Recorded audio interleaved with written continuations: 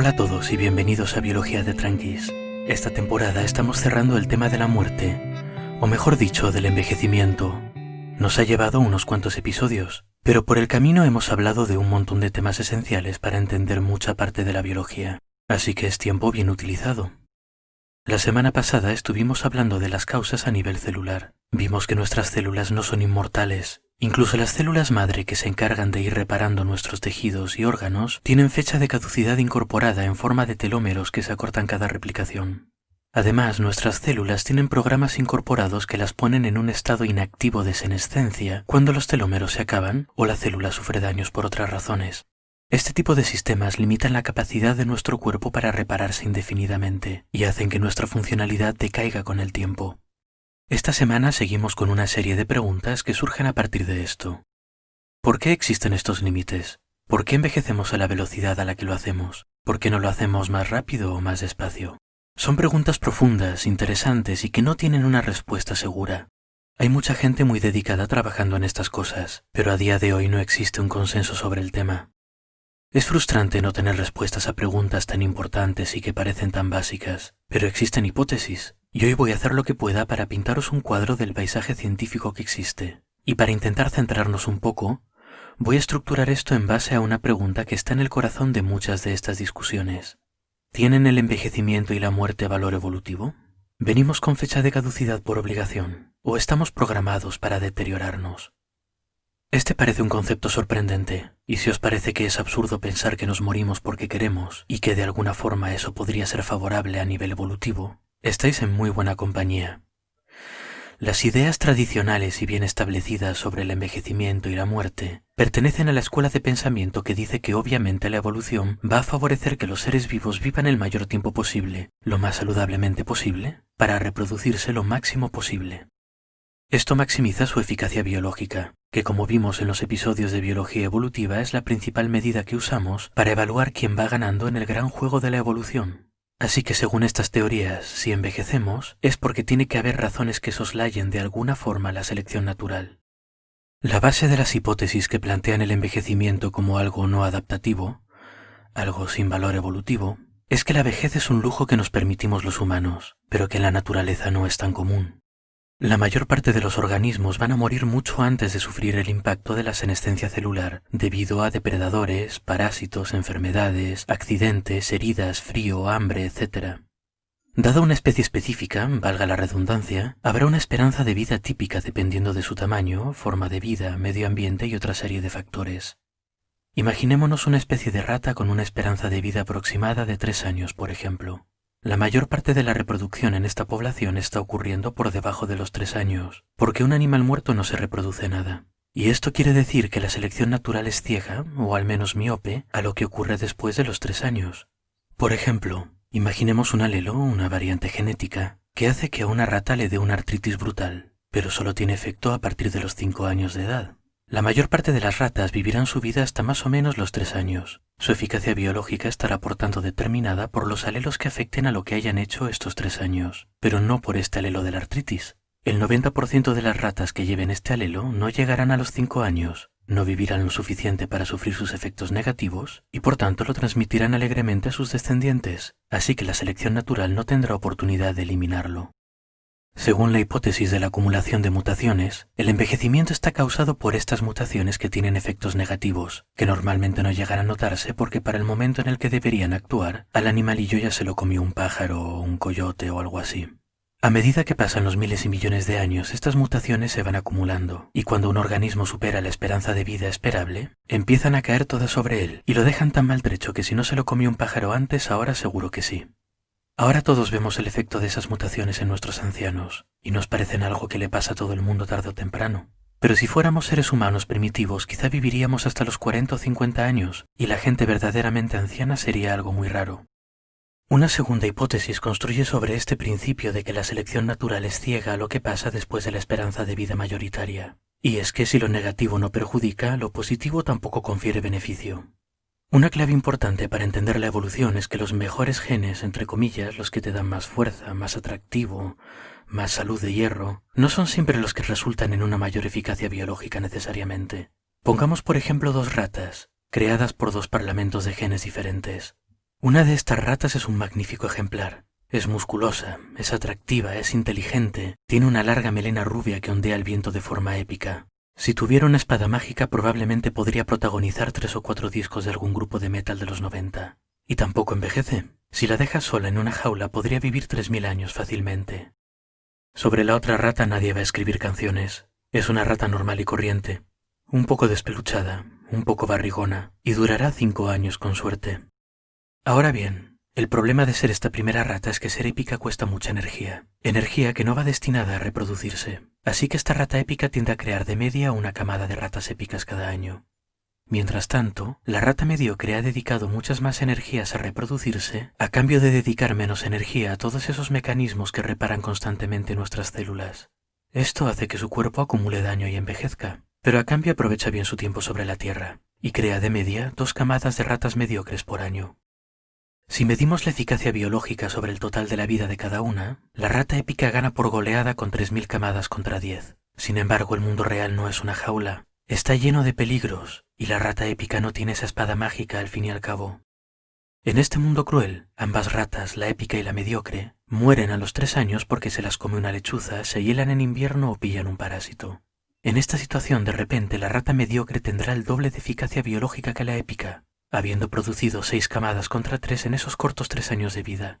Al final, toda esa inversión en ser épica e inmortal no le habrá servido para nada a la primera rata, y de hecho habrá perjudicado su eficacia biológica.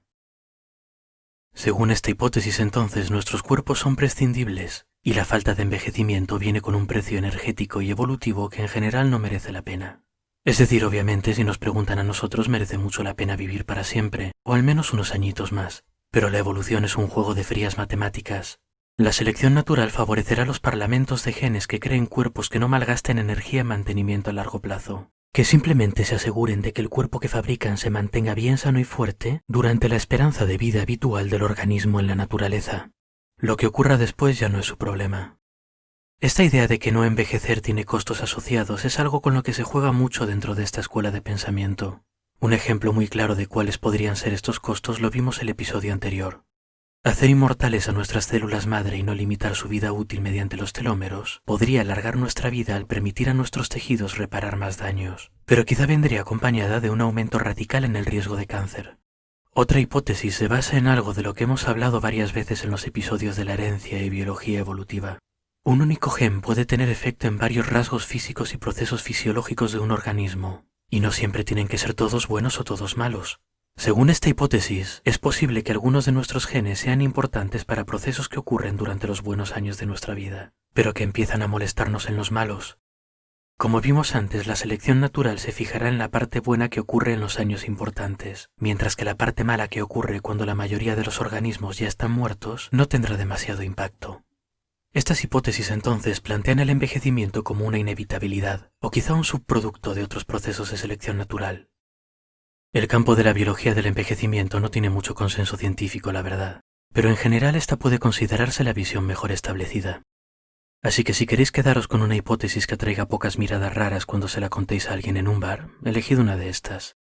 Pero existe una segunda escuela de pensamiento que plantea el envejecimiento como un rasgo adaptativo, es decir, que podría tener un papel evolutivo y estar controlado y regulado por nuestro cuerpo, como tantos otros procesos biológicos. Los partidarios de que el envejecimiento es adaptativo opinan que las hipótesis no adaptativas del envejecimiento tienen algunos huecos. Para empezar, el hecho de que algunas especies no envejecen, o envejecen tan poco que no se puede medir. Un ejemplo son las hidras que vimos en el episodio 37. Otros son las langostas, cuyas células tienen la capacidad de regenerar sus telómeros como si fueran células madre embrionarias, y por tanto no mueren por deterioro celular, sino porque nunca paran de crecer y acaban siendo demasiado grandes para mudar su caparazón, aunque la verdad es que la mayoría de ellas alguien se las come antes de llegar a ese punto. Así que parece que es perfectamente posible no envejecer, o al menos retrasar el deterioro de forma significativa. Además, señalan que eso de que los organismos en la naturaleza nunca llegan a viejos es un poco exagerado. En la naturaleza quizá no se vean muchos pájaros o vacas o insectos que sean viejos y frágiles, como los ancianos en los que pensamos cuando hablamos de vejez. Pero la senescencia no es solo eso. Por ejemplo, a mis tiernísimos 33 años, una edad a la que suponemos que los humanos en la naturaleza podríamos llegar perfectamente, mis capacidades físicas no son las que tenía entre los 15 y los 25. Y si miramos a atletas de élite, esto se ve todavía más claramente. Aunque no estemos seniles, sí sufrimos algo de declive con la edad, el suficiente quizá para sucumbir a un león del que habríamos escapado cuando éramos cachorrones. En poblaciones naturales de animales hay mucha evidencia de este tipo de declive, que además puede ocurrir a ritmos muy distintos dependiendo de la especie. Así que en principio no hay razón por la que cualquiera que sea el mecanismo responsable de estos fallos, o responsable del mantenimiento corporal chapucero que lleva a estos fallos, no pueda estar afectado por la selección natural, ya que claramente ocurre dentro de la vida útil del organismo. Además, estudios en varios organismos modelo como ratones, moscas de la fruta y gusanas elegantes han encontrado ciertas mutaciones de ciertos genes que alargan considerablemente la esperanza de vida de estos organismos. Y cuando digo considerablemente digo un 50 o un 100%, como si un ser humano viviese entre 120 o 150 años. En general, siempre se observaba que estas mutaciones venían asociadas a una reducción de la fertilidad. Los mutantes vivían más, pero ponían menos huevos, por ejemplo. Esto en principio parece que apoya las hipótesis de las que hablábamos antes, ¿verdad? Las que planteaban que el mantenimiento del cuerpo y la reproducción tenían costos entre los que había que elegir, y que la selección natural normalmente favorecía la reproducción. Pero a medida que pasan los años, se han ido observando más y más excepciones, es decir, mutaciones o tratamientos que extienden la vida del organismo sin afectar demasiado a su fertilidad. Así que parece que esta relación tan estrecha que se había observado entre envejecimiento y reproducción no es tan obligatoria. Esto ha llevado a algunos científicos a plantear que más que una ley bioenergética natural, esto es un sistema regulado genéticamente, que usa señales químicas para distribuir los recursos del cuerpo entre los distintos sistemas, dando prioridad a unos o a otros dependiendo de las circunstancias. Y si la longevidad está genéticamente regulada, entonces debería poder estar sujeta a selección natural. Las discusiones se vuelven muy complicadas en la literatura, con evidencia y estudios procedentes de distintos campos de la biología que se pueden interpretar de varias formas según lo que esté intentando defender uno. Pero lo que acabamos de ver vienen a ser los argumentos principales de la escuela del envejecimiento adaptativo. 1. El envejecimiento no es obligatorio. 2. Aunque no es obligatorio, ocurre en la naturaleza. 3. Ocurre a distintos ritmos en distintas especies. Y 4. Hay mecanismos moleculares candidatos a regular su aparición y la velocidad a la que ocurre. Muy bien, responderán entonces los de la escuela no adaptativa. Imaginemos que el envejecimiento sí está sujeto a la selección natural. ¿Por qué es tan común entonces? Si está seleccionado naturalmente y existe, significa que tiene una ventaja. ¿Qué posible ventaja evolutiva puede tener acortar una vida que podría durar más tiempo? Y eso es más difícil de responder. La hipótesis más antigua sobre el envejecimiento adaptativo se planteó en el siglo XIX. Con la idea de que el envejecimiento y la muerte estaban programados, y que su fin era limitar la competición entre miembros más antiguos de la población y más nuevos. Los miembros nuevos estarían mejor adaptados y menos deteriorados por el tiempo, y la población entera se beneficiaría por ello. Esto suena intuitivo, pero tiene dos problemas. Primero, es circular. Asume que los individuos más viejos están más deteriorados, cuando lo que estamos intentando averiguar es si este deterioro es evitable o no. Segundo, apela a la selección de grupos. Según esta hipótesis, los organismos mueren de forma altruista por el beneficio a largo plazo de la población. Pero como vimos en el episodio del altruismo, la selección a nivel individual va a ser en conjunto más fuerte que a nivel grupal. Un individuo que muera de viejo en una población de inmortales va a tener menos eficacia biológica que sus competidores, y los alelos que causan este envejecimiento van a acabar desapareciendo de la población. No importa lo buenos que sean potencialmente dentro de 100.000 años, importa lo buenos que sean ahora. Este problema de la selección de grupos es algo habitual. Una hipótesis común es que la muerte de los individuos viejos modera el crecimiento de las poblaciones y evita colapsos demográficos. Otra es que reducir el tiempo de generación es beneficioso para la adaptación de una población a situaciones cambiantes, ya que se crea más diversidad genética en menos tiempo. En otras se invoca a la reina roja de la que hablamos en el episodio 42, y se dice que la muerte de individuos viejos en favor de los nuevos aumenta la variabilidad genética, por lo que una población o linaje de individuos que envejezcan tendrán más posibilidades de sobrevivir a epidemias y catástrofes periódicas que una que no envejezca, o una que lo haga muy despacio. Estas ideas demográficas y de variación genética tienen mucho mérito, pero pecan de enfocarse demasiado en la selección de grupos. Puede ser bueno para la población en general que los genes se barajen lo más rápido posible, sí, pero este altruismo es malo a corto plazo para los individuos que sufren la senescencia programada. Pero hay una salida a esto.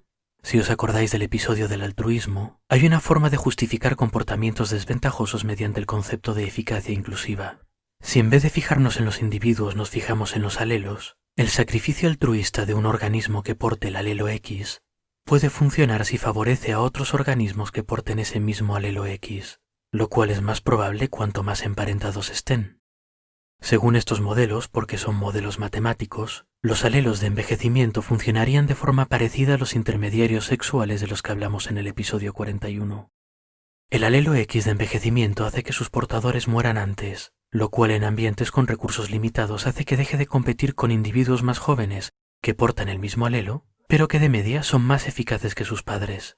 Esto dará una pequeña ventaja al alelo X sobre otros, que no provocan envejecimiento y que por tanto tienen a sus ancestros obsoletos compitiendo con las nuevas generaciones, y esta pequeña ventaja a la larga se nota. Estas son buenas explicaciones, que creo que han recibido menos atención de la que merecen. El problema principal que tienen es que al ser modelos matemáticos dependen de los valores iniciales que se les den a los parámetros, valores que no están necesariamente justificados. En este caso, los detractores del envejecimiento adaptativo comentan que estos modelos solo funcionan en poblaciones pequeñas en las que todos están emparentados con todos, y además que a los autores les falta justificar adecuadamente por qué los organismos nuevos están mejor adaptados que sus padres. Una de dos, o los individuos más viejos están deteriorados, en cuyo caso la vejez ya existe y no hace falta justificarla, o las condiciones son tan cambiantes que los miembros de cada generación tienen una ventaja significativa sobre la anterior. En opinión de los críticos, unas condiciones que cambian tan rápido no son realistas. Pero como vimos en el episodio de la Reina Roja, hay experimentos que sugieren que no hay que subestimar el valor de la variación genética y el precio a pagar por estancarse. Las hipótesis que invocan a la Reina Roja y las que invocan a la eficacia inclusiva parecen cubrir cada una las debilidades de la otra, pero parece que a nadie se le ha ocurrido dar el paso obvio de juntarlas. Espero no haberlo pasado por alto, pero leí mucho. La semana que viene daremos nosotros mismos ese paso entonces. Vamos a jugar a crear una hipótesis científica. A ver qué nos sale. Hasta entonces pues, y espero que hayáis disfrutado el episodio.